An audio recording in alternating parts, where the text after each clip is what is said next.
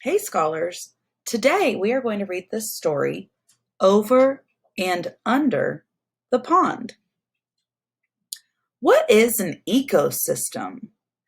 I'm familiar with this word because I remember it from the video from yesterday.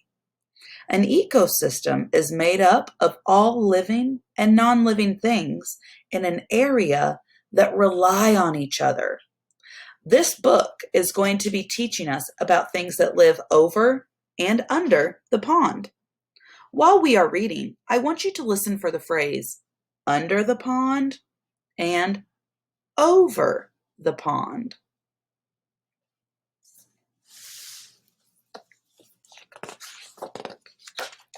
Over and Under the Pond by Kate Messner with art by Christopher Silas Neal. Over the pond we slide, splashing through lily pads, sweeping through reeds. The water's a mirror, reflecting the sky, sunshine and clouds, then a shadow below. What's down there? I ask. Under the pond? Mom says. Notice how the illustrator drew this picture from their view, from the boy and his mom's view, into looking down into the water, because they are over the pond. Under the pond is a whole hidden world of minnows and crayfish, turtles and bullfrogs. We're paddling over them now. Wow, the illustrator drew this picture from the perspective of the bottom of the pond looking up.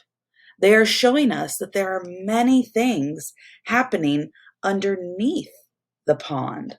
Because if we notice, the boy and his mom are up here looking into the water right here. So there they are from this view, looking into or looking up from the bottom. Over the pond, we skim past tall rushes.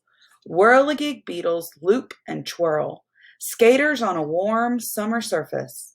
Under the pond, minnows dart through waving forests of grass, while a brook trout lurks, ready to lunge. Over the pond, we lift and dip and pull past a row of painted turtles on a waterlogged tree. 1, 2, 3. They slip off and away. Splash, gurgle, sploosh, under the pond.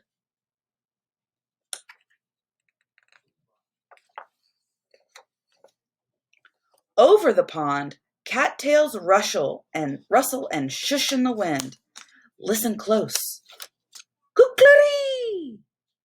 Red-winged blackbirds race by.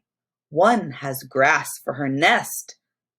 Under the pond, a caddisfly larva builds a home of her own, a secret shelter of pebbles and sand.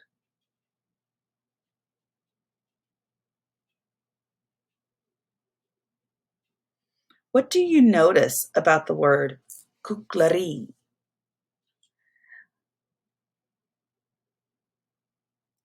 I also notice on this page, 1, 2, 3, splash, gurgle, sploosh.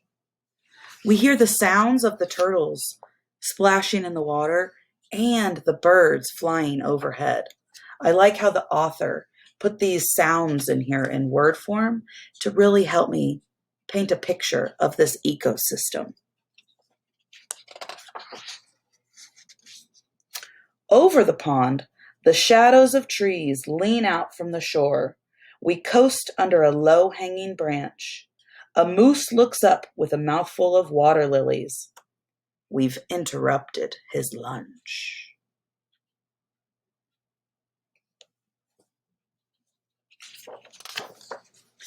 Under the pond, beavers dive deep.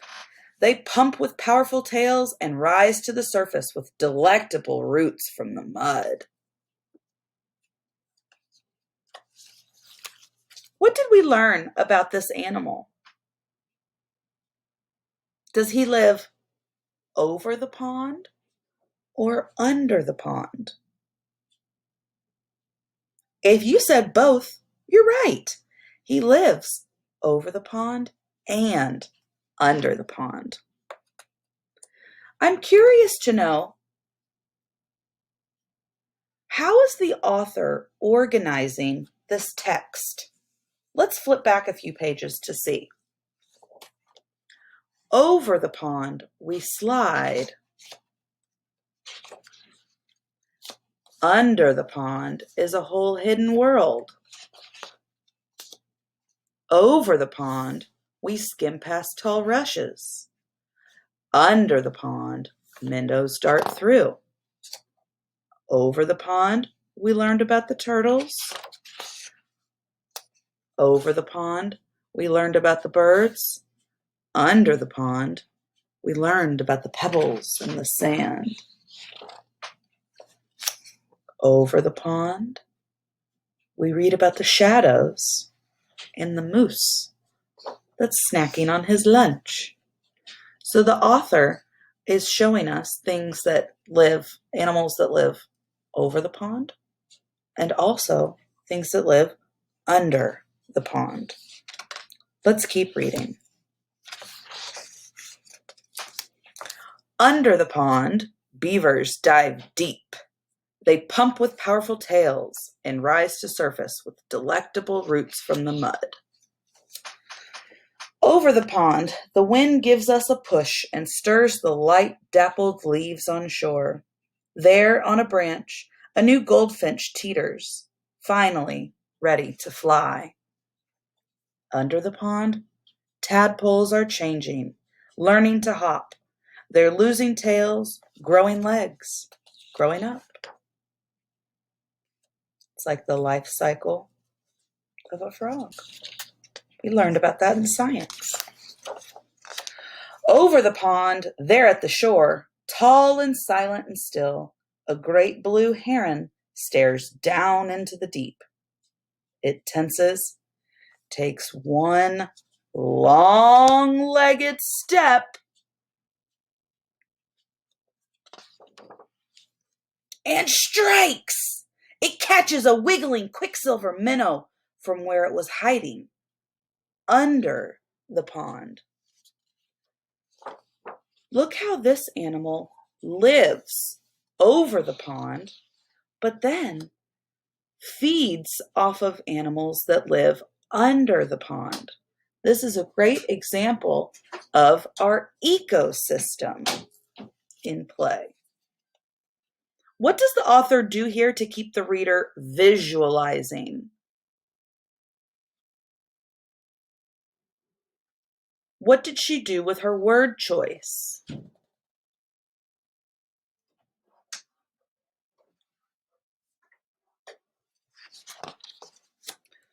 Over the pond we drift, heads tipped up to the sun.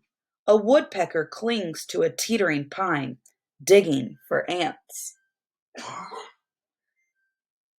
I really enjoy this view that the illustrator drew for us.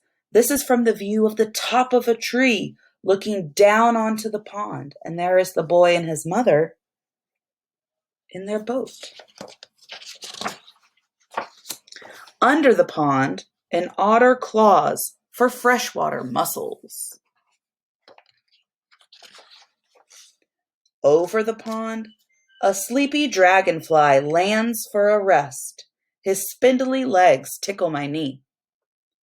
Under the pond, dragonfly larvae watch what swims by. They catch minnows in monster-fast jaws. What did we learn about this animal?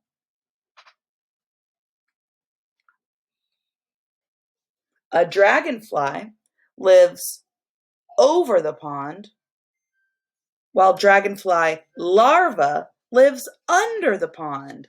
Wow! Over the pond, the shadows stretch, Ospreys circle on quiet wings. Raccoons and mink stalk the shoreline for supper. Under the pond, with a flip of a tail, a crayfish disappears in the dark. Over the pond we head for home. We glide, swish bump, right up onto shore as a far-off loon calls good night. The sky turns from sunset to dusk to dark. Night settles over the pond. The prowling catfish and drowsy turtles, the scuttling crayfish and tadpoles turned frogs, wading herons and stalking raccoons. Why do you think that the author included the words swish and bump when talking about animals at the pond? How do those words make you feel?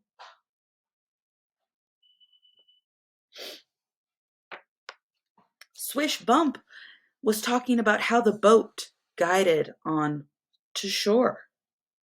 And these animals are making sounds from afar. In the hidden world under the pond. What system did this book show us? If you said an ecosystem, you are correct. The end.